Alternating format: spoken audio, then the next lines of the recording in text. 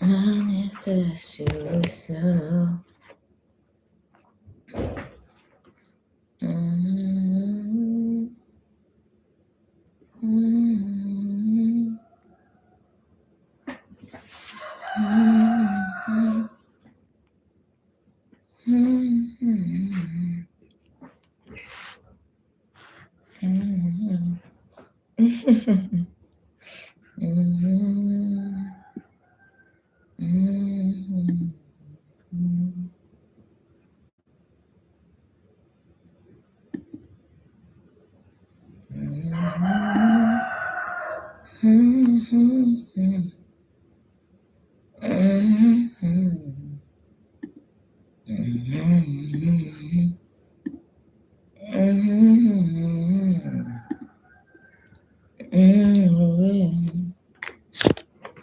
I don't know. Manifest.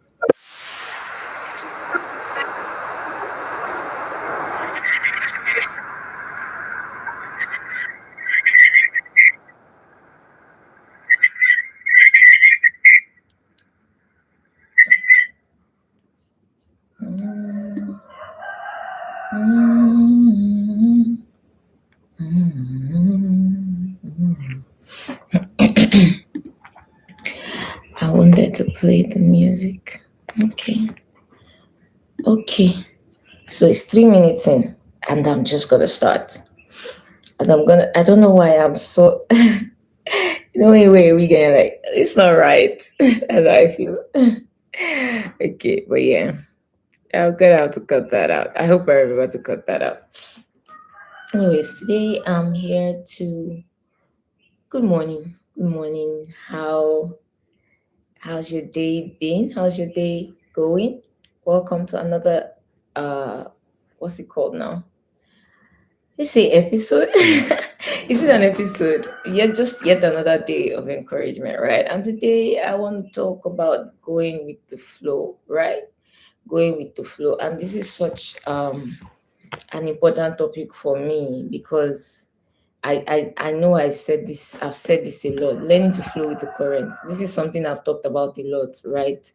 When I refer to my personality, I talk about how much I'm a go-getter, I'm a planner, I'm a person who likes action, right? I'm all those things. And this is perhaps one of the biggest lessons of my life as I grow, which is learning to flow with the current. And it's so fascinating because the average person does not realize that flowing with the current is the easier way to live. And by flowing with the current, I mean to live a surrendered life, right? And flowing with the current is the easier way to live, right? It's the easier way. It's the no stress way. It's the less stress, less strugglish way.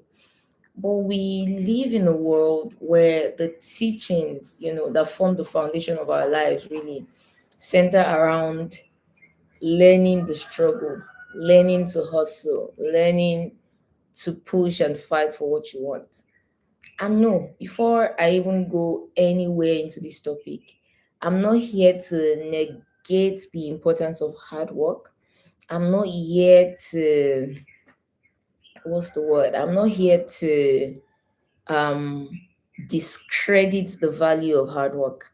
I'm not here to do a for or against. This is not about hard work. This is about flowing with the currents. So the best analogy I can think of, right? Because of course it's already in the title, flowing with the current. The best analogy I can think of is when you're in water. For those who know how to swim, they'll tell you that when you're swimming, it's easier if you struggle with the water less and move with the flow of the current. That's what I mean. And this applies to every aspect of life, right? So it always does, to be honest. It applies to every aspect of life. But it's going into that ocean or that river or that pool and following the flow. When you swim against the currents, there's already more pressure that you are fighting against. But the biggest pressure is when you struggle to maintain balance in water. Water by nature is a buoyant body, so you cannot be still. Anybody that is inside water will drown. Anybody that is hardened, that's why rocks, when you throw rocks into water, it goes down. When you throw what's it called? Anything metal, it goes down. Anything that is not malleable, anybody that is not malleable, that cannot absorb water, will go down inside water. Any object that is not malleable, that is not flexible, that is made of certain compounds will go down. And that's how it works with us, right? To bring the analogy to life, if you're somebody who is rigid and set in your ways, you are not teachable. There is no surrender or openness in the way you live. That's a difficult way to live. That choice of lifestyle is already difficult. It's already difficult, right? It's already difficult. And the reason this is important is that the world is changing, life is changing, everything is transforming at breakneck speed.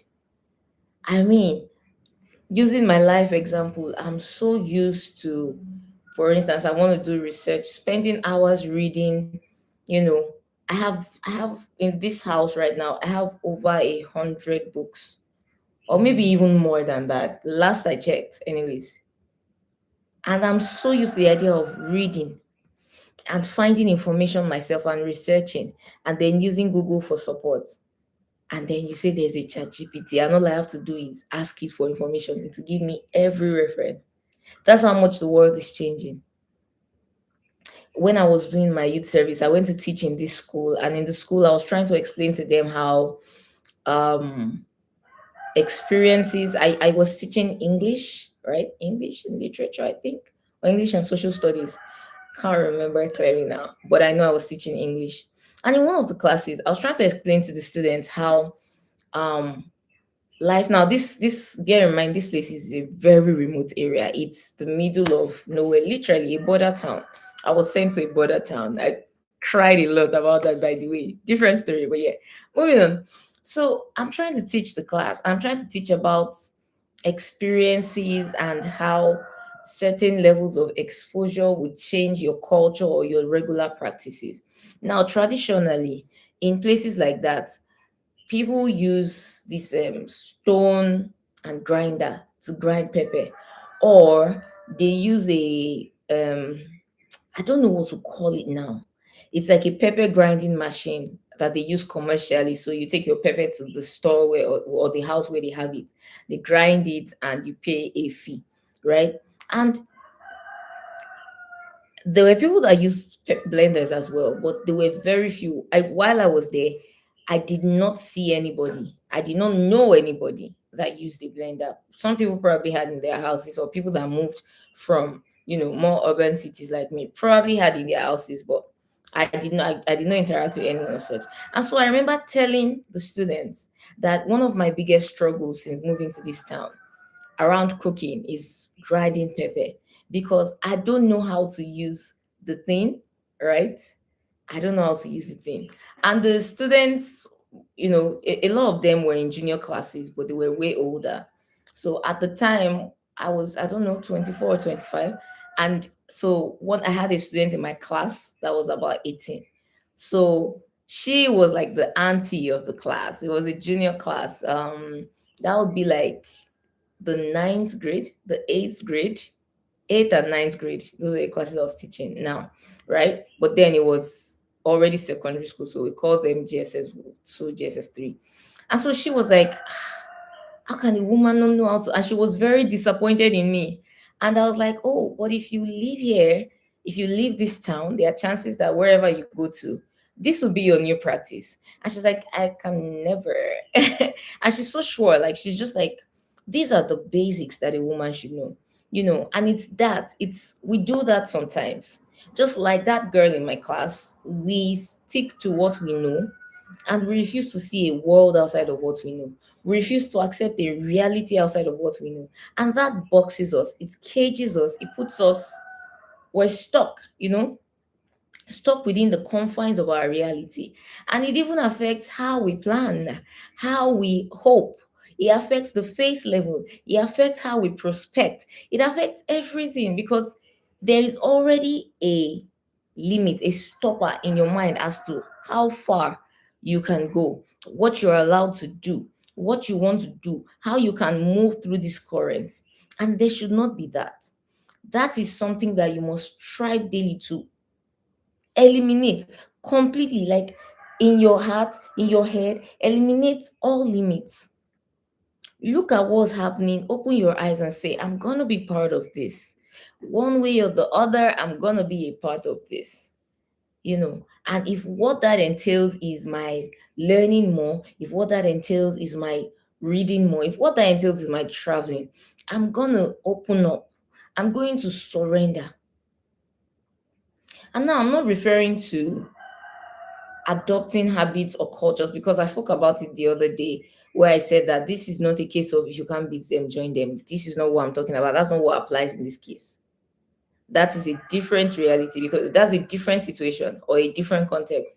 Because there might be people who will watch that and then watch this and then get the wrong message. So that's not what I'm saying. But I'm saying that you must get to a place where you are malleable, you are teachable, and you live surrendered. Surrendered now, not to culture or to the changes happening in the world, but to God, of course. Because the truth is, the one who will give you all those ideas and insights, the one who will lead you through those currents, is God. And so if you don't surrender to Him, it's going to be difficult. Excuse me. So yesterday was Christmas. Today is Boxing Day. And yesterday when I came on, I was like, okay, we're not doing any encouragement or sharing today. It's just me hanging out, right? It's just me hanging out and chatting. And that's what yesterday was. And in the middle of that, somebody asked me, one of the people who attended the live asked me, oh, so what's your plan for tomorrow? I'm like, my plan for tomorrow? My plan for today, rather. What's your plan for today?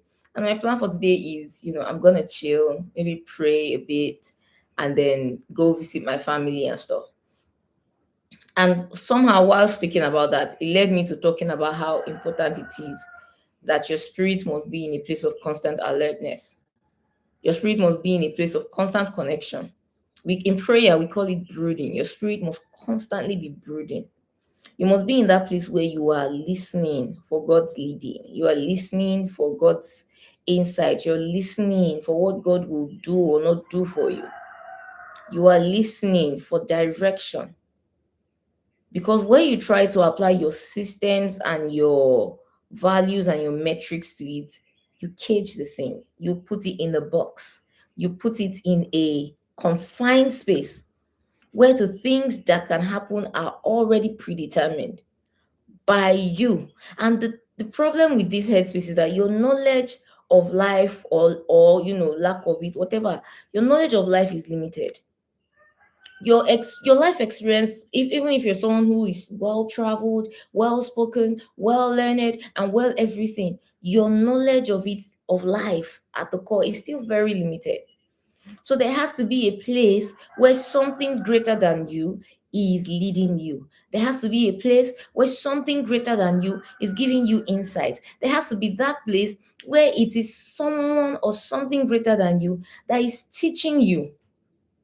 And that's why you cannot decide all the time what to do per your own limited knowledge. There has to be that place of meditation, of prayer, of seeking the face of God and saying, how do I navigate this system?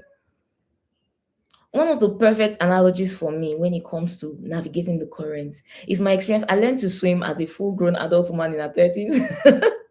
I feel ashamed to say it sometimes, but it's not so bad. I learned to swim last year. And while I was swimming, I remember that, at first I used to struggle. When I got into the pool, I would struggle. And then my coach would be like, you have to let go. If you are struggling with the water, you cannot swim in the water. And that stuck with me so much. And that statement, these are words that my coach said to me, but that statement has come to me a lot of times when I'm facing a hard situation and I start struggling. You're worrying with your emotions, you're upset, you want to cry, you want to yell, and there's so many things happening in your heart, and it's just a mess. You have to breathe and calm, let it flow. That's where you flow with the current. If you're struggling with the water, you can't swim in the water. And then my coach would tell me to swim towards the deep end. And he would say, the pressure is better. There's more pressure at the deep end, so you float better. All you have to do when you get to the deep end is not struggle with the water.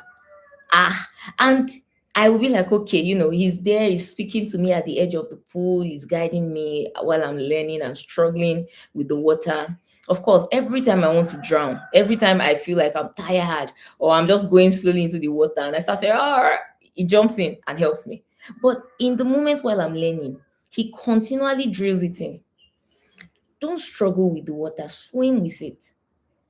How you can do that in your own life is to work with God through the currents. Like my coach. In fact, the analogy is so perfect. Every time I talk about it, the analogy becomes even more perfect in my head.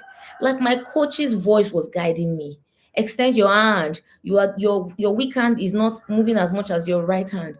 Put more strength in your left hand. Put more strength in your left hand. And he's saying, flap your legs more. He's giving me that guidance. He's telling me how to move. I'm navigating the water. One of my favorite things to learn was is it the backstroke, or what is it called? The one where you lay on the water and you look up. Because I'm watching the sky. It's so peaceful.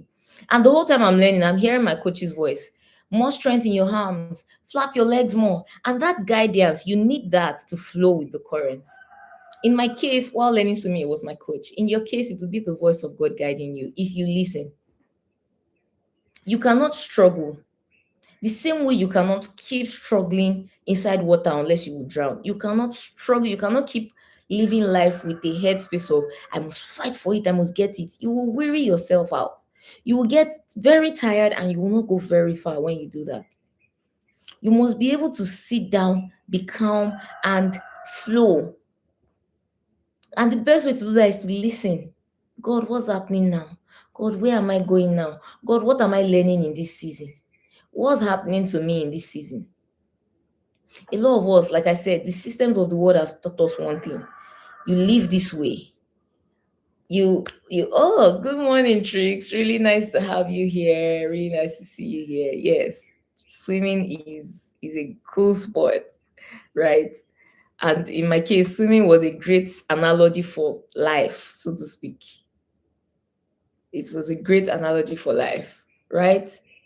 Where the water is deeper, there's more pressure. If you struggle, you will drown faster there. But if you don't struggle, you will float better there. You need to be conscious of that in your own daily living, where there is a knowing in your heart that there is someone that leads you, and that should be God. There should be an openness in your heart. The same way I was listening to my coach and he was guiding me is the same principle I decided to apply, where I'm listening like, God, what are you saying? Which is why, like I said yesterday, I said there must be a place where your spirit is constantly breathing. The best way that you can flow with the currents of life, that you can live a surrendered life, is to listen to the voice of the guide, the voice of the person who patterned life. Life was patterned by God.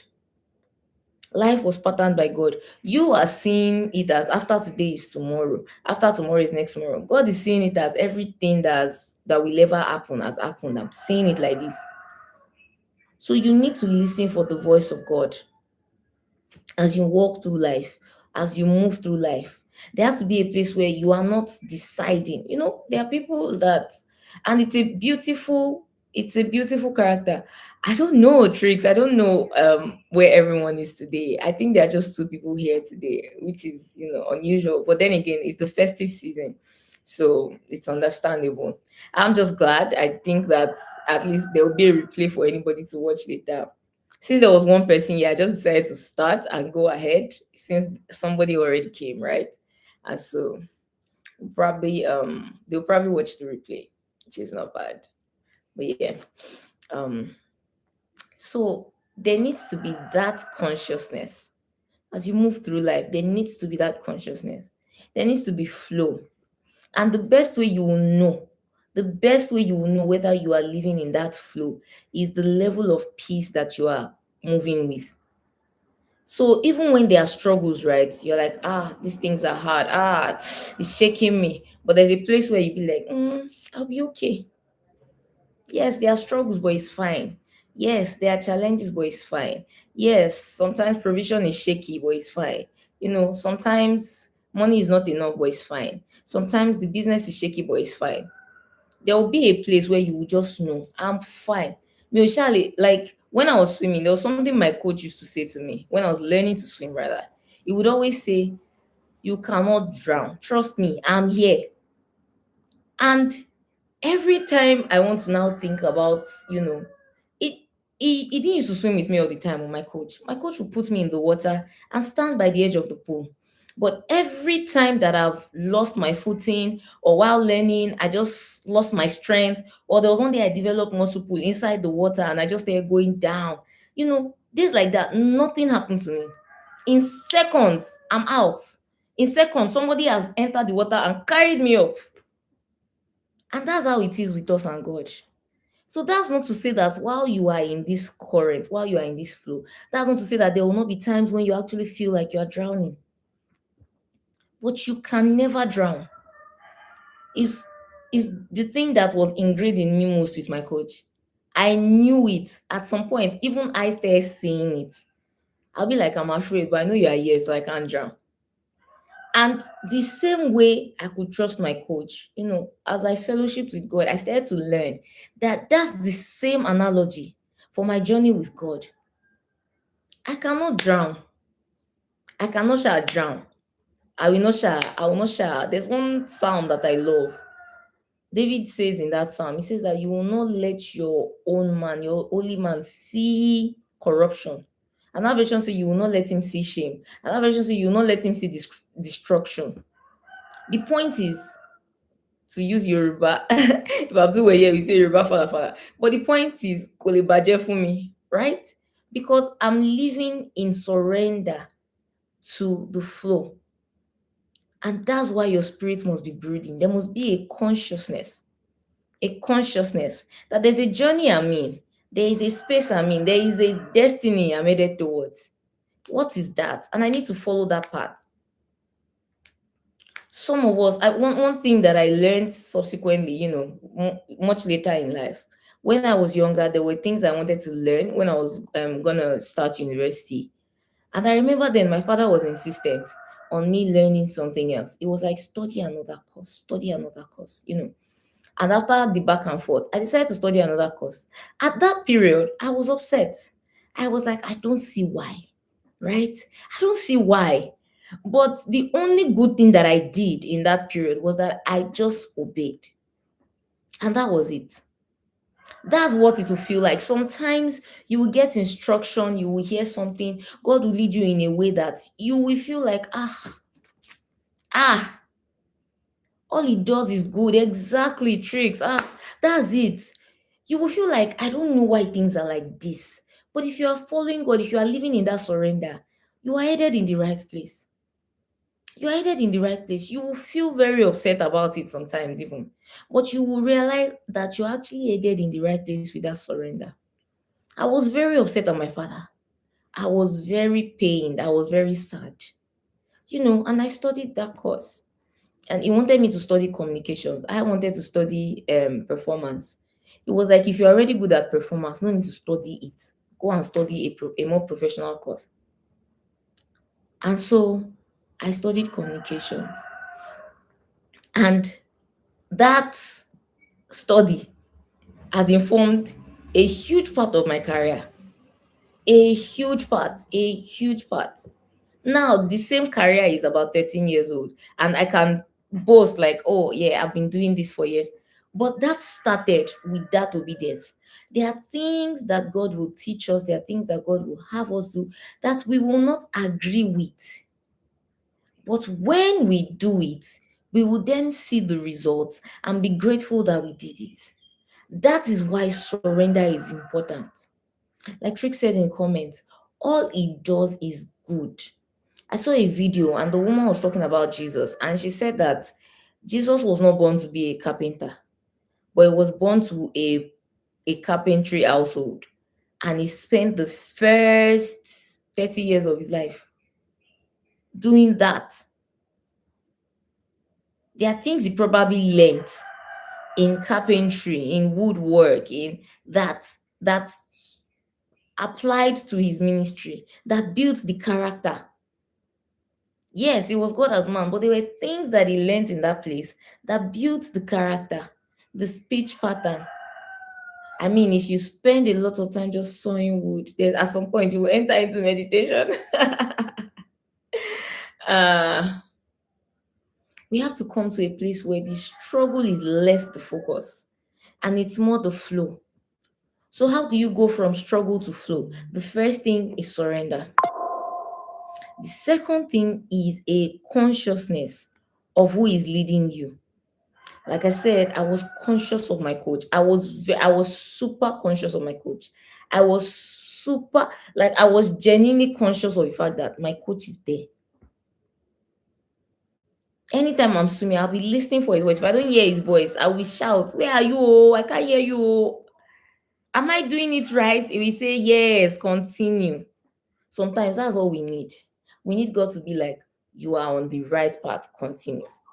We need God to say, "I'm with you, don't worry." But you need to know, you need to be conscious. There needs to be a locked in that is God that is leading you. It has to be there. It has to be there. There needs to be that knowledge, that reckoning, that sight, that thing that you see, and you're like, this is the voice of God I'm listening to. Your spirit man has to be alert. That's the way to do this. When your spirit is not alert, you may not hear. Because you see, when you're in the current and you're swimming, there are times when the water will get into your ears. And so what you may be hearing may be warbled. But you have to know the tone. Like, I know the tone, I know the style of my coach's voice. So when I'm in the water, even, and he's saying extend, and somebody else is saying turn, I listen to extend because I know that this is how my coach speaks. This is Coach Onwe's voice. This voice, I don't know it. This is how my coach speaks. And so that's what I'm doing. I'm like, okay, I need to extend now. I need to extend now. I need to extend now. Because that's the voice I recognize. That's the tone and style of speech that I have attuned my mind to. If you will be able to flow with the current and surrender, you need to be able to know the voice. You need to be familiar with the voice of the one leading you through the current. You need to be familiar. You need to be able to hear. Your hearing needs to be in tune. And this is why your spirit must constantly be brooding, alert. You are praying under your tongue. It's not even dramatic. As you are just going out somewhere, you are just praying under your tongue, just quietly praying. Even if you're not praying, you are meditating on a scripture. You are singing a worship song. There's something keeping your spirit connected. And I say this because different people practice different religions, right? For some people, they have items that they keep with them at all times. just for them to feel connected in that spiritual space. For some people, they have prayer beads. For some people, they have a cross. For some people, it's some, wrist bracelet thing that they wear. For some people, it's a shawl or a scarf. Whatever it is, there are a lot of people are conscious of this thing where they want to be in that space where their spirit is connected. You must be conscious of that and try to keep your spirit connected. There must be that place where your spirit is connected, alert. You can hear per time. And this will spread into your other relationships. It's already a little past half time, so, or it's at half time now. So I always I always have to bring it to the interpersonal relationships. I always have to bring it to how we relate to the people around us, the second person, your neighbor, your friend, your co-workers, your colleagues. It always has to come there, because that's the point of this whole thing anyways. That's the point of this whole thing anyways. And is that even when you are conscious like that, when your spirit is in that place of flow, there will be no struggle in interpersonal relationships. Even there, you can assume flow, and you just have an easygoing air around you, and you love people with ease without guile. When you are offended, you can say, "Hello, I don't like what you did yesterday. It upset me. I'd like us to speak about it. I'd like us to clear the air." Ease. In fact, it will apply to, if you're following the voice, like I said, if one of the things you're practicing is following the voice as you flow through, you will know this person, don't be friends with them. This person should not come too close. This person should be kept at arm's length, because they are different relationships. They are different relationships. And one of my best references for that is David in the Bible. David had levels of his circle. He had his three, his closest confidants, three mighty men. They were really close to him. They fought wars together. You say David and this guy, only two of them killed 300 people in battle. They were tight. David was thirsty. These guys risked their life to get him water. They went into the enemy camp to fetch water from the enemy's well and get him water. He had those people. He had the 11 after the three. These people were different from the close circle. They were a bigger set. They were also mighty men. They were also generals. They were also this, but they were farther than the three. After the 11, he had the 30. These 30 were way far from the three. It does not mean that they were not close, but they were not as close as the three. After 30, he then went on to have, I don't know, the 7,000, 6,000, 500,000, and they spread out like that. And if you're living in flow, the chickens are not gone. Oh. So the chickens are my neighbors. My downstairs neighbor keeps chickens. So the chickens are for my neighbors. He keeps chickens, rears them, sells them or gives them out. I'm not really sure, but I know he keeps chickens. So they are the ones that make the noise, and it's always I live right above it, so it's like coming from right beneath me. It's like I hear it. I hear it very loud in my head. They wake me up most mornings, even before my alarm. So it's not for New Year. It's not for Christmas. They are not Christmas chickens. They've always been there. It's just that these days they are louder. And when I first started live, I was using my phone.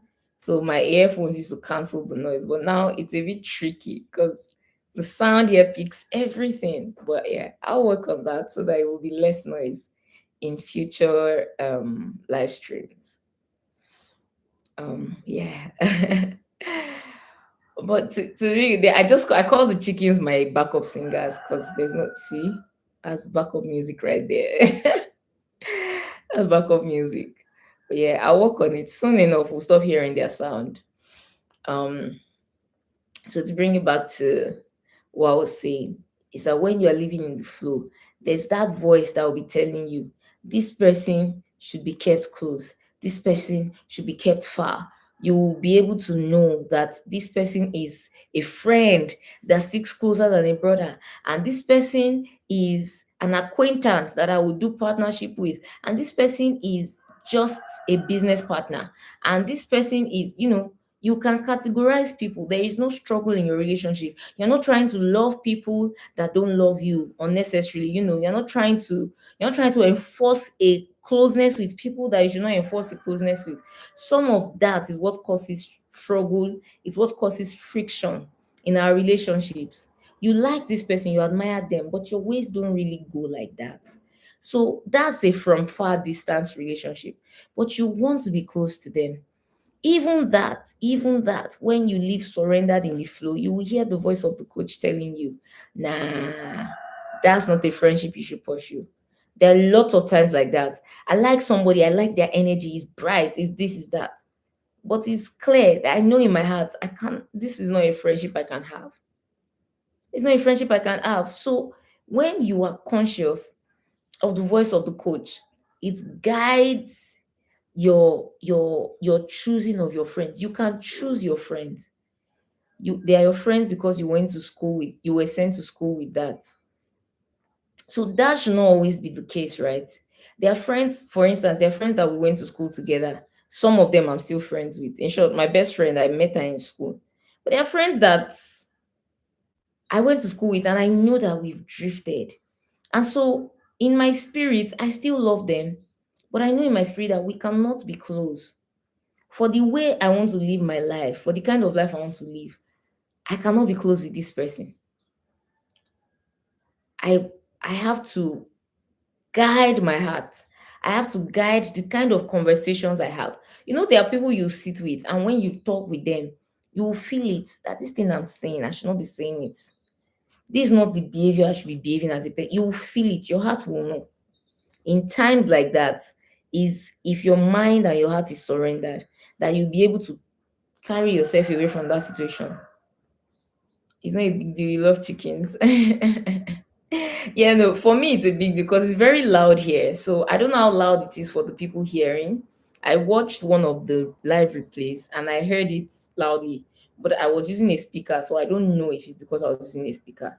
But yeah, it's bothering me more actually because I'm conscious about it. So I'm gonna probably work on the sound, and maybe tomorrow the sound will be better for tomorrow's live because I will use a mic and see what happens, whether it's better or not.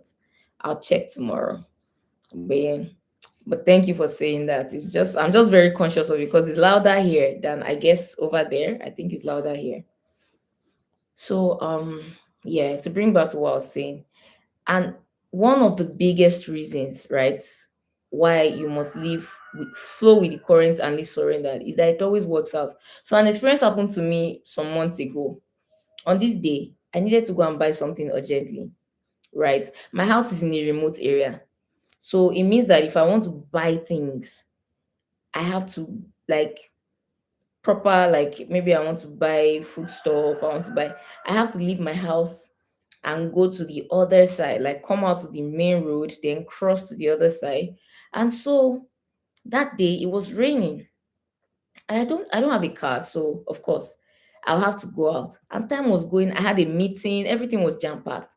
And I was just like, I have to go out, I have to go out. So my own prayer was just that rain should stop so that I can go out. So I planned myself. And I'm one of those people that I pray for every little thing. I pray. So I was like, God, as I'm going out, please let me just see a bike that will take me straight so that I can buy the things because they are urgent. Then I can come back and make my meeting because I had a meeting immediately, like maybe 45 minutes. And when I was going out, so as I prayed, God, please let the rain stop momentarily, blah, blah, blah. So, of course, the rain reduced to a drizzle. For me, that was the miracle. The rain had stopped. And as I got to the estate gate and there were no bikes. I saw a girl waiting for bikes. I was like, you're waiting for bike when it's rainy season. Better be walking. So by my plan, given that I had 45 minutes, I would walk to the bus stop. If I walk fast, in like 15 minutes, I'll be at the bus stop, or maybe less even, depending on how fast I walk. But 15 minutes stops. And then maybe at the bus stop, I'll be able to cross, then see a bike to bring me back. I had done my permutations. In 40 minutes, I should be back home. And so I saw this girl standing at the bus stop. I was like, better don't wait, better go. In my mind, as I got to where she was standing, a car just stopped to pick her. So When the car stopped to pick her, so I turned to look, and the driver was like, "Are you not going?" I said, "I'm going." She said, "Enter and I can drop you." And so I was like, thank you, God. Oh, that was now the miracle for me. Okay, somebody has picked me now. They'll drop me at the bus stop. When I was now going, she now said, "Where are you going?" I said, "Oh, I'm going to the other side." So I saw her face when she turned to ask me. I was like, "Oh, are you not?" She owns a salon that I had visited before. I was like, "Are you not the owner of that salon on the other side?" She said, "Yes." She said, "Where are you going? Is it before the salon?" I was like, "Actually, where I'm going is exactly opposite the salon." So she was like, "Okay." And she dropped me because it was right in front of our shop, anyways. She dropped me there.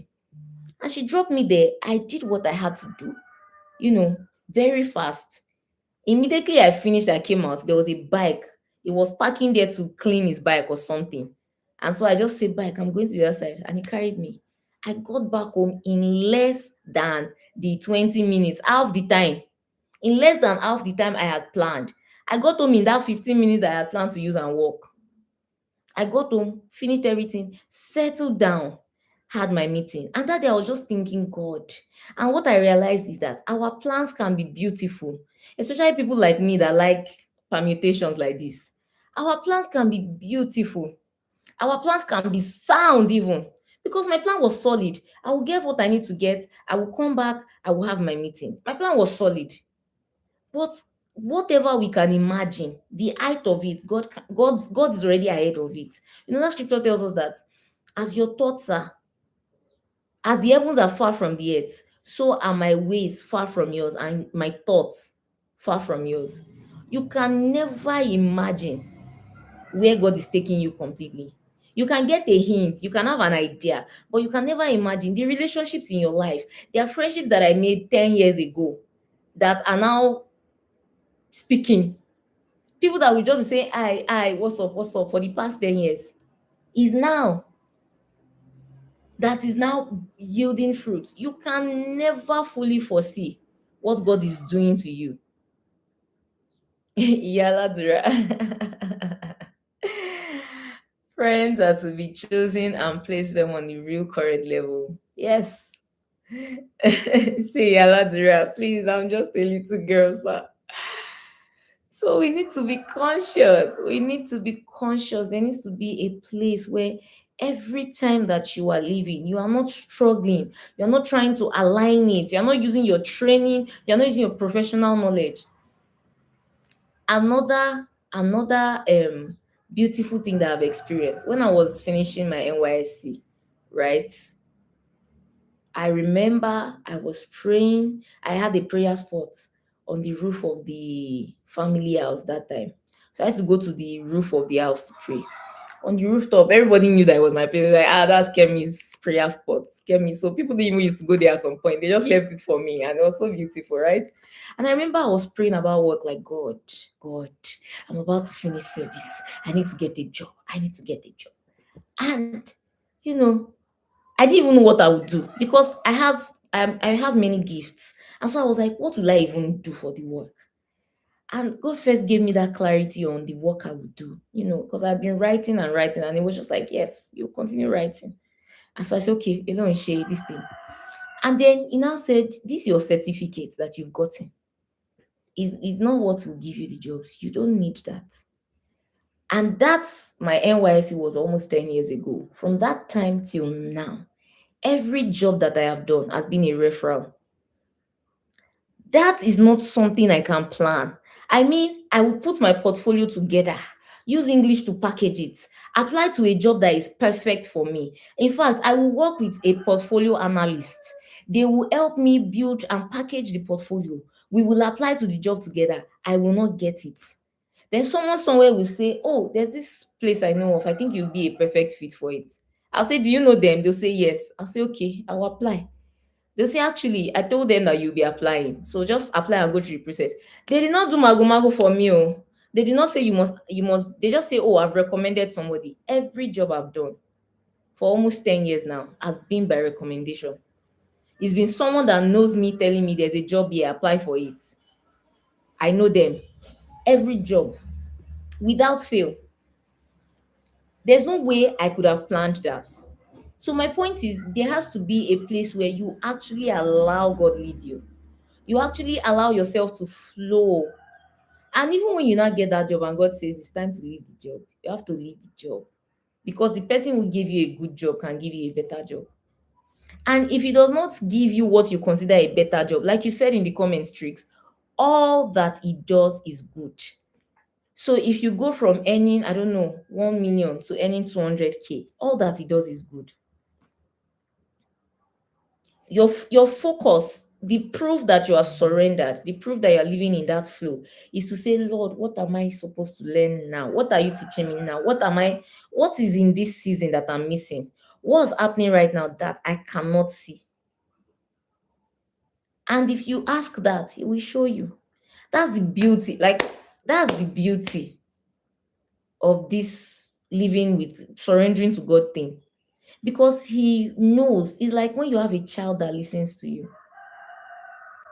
Everybody says it. If I bring it to our earthly parents, to me and my parents, for my mother, my brother say it, that you like Kemi more than us. For my father, my mother and everybody say it, you like Kemi more than us. But my parents will say, Kemi no man gbonran. Even if I'm angry, even if I want to fight you, you are my parents. So, and God considers that for us too. He knows that you are living in surrender. So, because you are living in surrender, there is a reward to obedience. I mean, for people that have kids, they know this. The child that listens to you the most, even if you don't have kids, I mean, like I said earlier, I was a teacher at some point. My favorite students were the students that listened to me. Students that will give assignment, and as I'm coming in the morning, auntie, they've done the assignment. Students that when they see me doing something in the office, maybe I'm just sitting in the teacher's office, because I had an office with another teacher. It was two of us using the office. And they just see me through the window. I'm just there. They'll just come and join me. Auntie, how are you? When I say quiet, they keep quiet. When I say stand up, those students, I loved them. Anytime I'm going, maybe during break, I go get a snack and I meet them like this, I will just give them what I'm holding. It came now, and these are not my children. So how much more when you live in the flow of surrender to God? When you live in the flow of surrender, you can go back and say, God, this thing is shaking me. I'm not saying you should pamper me and cuddle me and, allow me to badger, but show me, because there are times when, for the sake of your children's discipline, you let them do certain things. It will be hard for them, and you will see that it's hard for them, but you want them to learn something. So when you are living surrendered, it does not mean that it will be easy. Like I made in the example of me learning to swim. There were times that I was hearing my coach's voice as he was telling me, extend your hand. I was extending the hand and I was still going down. He will wait for me to come back up. It's when I cannot come back up, he will now enter the water and bring me up. But after the first time he brought me up, second time, third time, by the fourth, fifth time, I will start going down. Then I'll come back out and say, I'm so tired. Then I now learned that when I'm tired, I can swim close by. So I now started learning that even if I'm in the deep end, I should swim not too far from the edge. Because if I'm in the middle, it can be hard. But if I'm close to the edge, I can swim to the edge. In short, I now learned that when I'm in the middle, I can locate the nearest edge to me and swim there. That's how you learn. When you flow with the current, yes, it's not that you will not do any hard work. Like I said, this does not negate hard work. You are working hard to go through that current. You are working hard to swim through it, but you are surrendered to the leading of your coach, your master. And as there are times when he will not answer you, like there are times when I'll be shouting, Coach, hope you are there. Oh, I'm drowning. If he says you are not drowning, don't worry. That's all. I'm tired. I'm drowning. He will not answer me. He will be there watching me. Oh my God. Oh my God. The first time I had muscle pull in my leg and I entered water, he came to save me. The second time, he saved me and he told me that if your leg has cramps, use your hand. If your hand has cramps, use your leg. The third time I had muscle pull, I used my hand. That's the same way when we are flowing in this current and we are surrendered to God. There are times that you will now feel like, shame, am I the only one here? That's not true. You are never alone. The same way when I was swimming, I knew every time I entered, at the moment I entered that water, my coach is there. Every time. Every time. Anytime I'm scared, I say, Coach Onwe. He will say, yes. Wherever he is, I will hear him answering me. That's how it is with God. So if God has instructed you, if you are living that surrendered life, It does not negate the difficulty. It does not negate the need for hard work. It does not negate the need to pull your own weight or put in the work. But it makes the flow easier, because as you are going, you will know that you are learning. There are things that I'm learning in this season with God that are strengthening my faith. There are things that, simple. Yesterday, I just finished praying and I had call your father. I just called my father to check on him. That was the best conversation we've had this year, me and my father. We just chatted and laughed, and after I felt so happy. I felt so blessed. That's what happens. Like, it spreads to your interpersonal relationship. Sometimes it's pray for your friend. I pray for my friend. I call my friend. I just prayed for you. She'll be like, oh my God, you know exactly what I'm going through. Then your bond is stronger. When you live surrendered, right, you will always be able to hear the leading of the coach, your maker. There's a leading that it will constantly, you will know, I'm not doing these things by myself. There's someone leading me. And it will inform your approach to life. It will inform your approach to work. In fact, you will not be holding anything so important again, because what will be more important to you is that you are flowing according to the current that God is leading you. What will be more important to you is that you are hearing direction in real time. What will be more important to you is that your spirit will be connected, so that you can get, like I said earlier, when I'm swimming, three people can be telling me what to do, but I know how my coach talks, because he's the one that has been teaching me. So if somebody is saying, Kemi, stretch your leg, and someone is saying, Kemi, turn, and my coach is saying, Kemi, extend, is that extend I'm doing? Yes, the instructions are coming, voices are coming, but I'm listening to the person that is actually teaching me. So when you are flowing with the current, you are not just flowing, you're actually listening to the guide. Because for every season of your life, God is always ready to speak. In short, is always speaking. You are the one that needs to be in tune and hear. You have to be in a place where your spirit man is open. Your spirit is brooding. There is that connection there. What am I doing? What am I learning from this? What am I learning from this? God will take you from a big place sometimes. He will take you to a small place for a moment. What am I learning from this? What am I learning from this? One time when I was swimming, my coach, I was doing well. I was feeling myself in the shallow end. My coach was like, come, let's try something on the deep end. I said, what's the thing? He said, you need to learn how to swim for survival. I was like, what's that? What does that mean? He said, that means if you suddenly fall into water, you need to be able to recoup your senses and swim. I was like, maybe I can swim. That I'm already swimming in shallow. As I was talking, he just pushed me into the deep end. Oh, Jesus. I was sure that I'm drowning. Because when you fall inside water, you first go down. I was sure that I'm drowning. I was sure that I was drowning. I was like, it don't be for me. But I was like, and they've trained me now. When you don't know what to do, what do you do first? Open your eyes, clear it with water. Clear water with your hands. And so I did this. I'm like, okay, I don't see road now. Where is the edge? And then I found the edge. Sometimes that's what going with the flow means. God will throw you into the deep end, throw you into the shallow end, whatever end.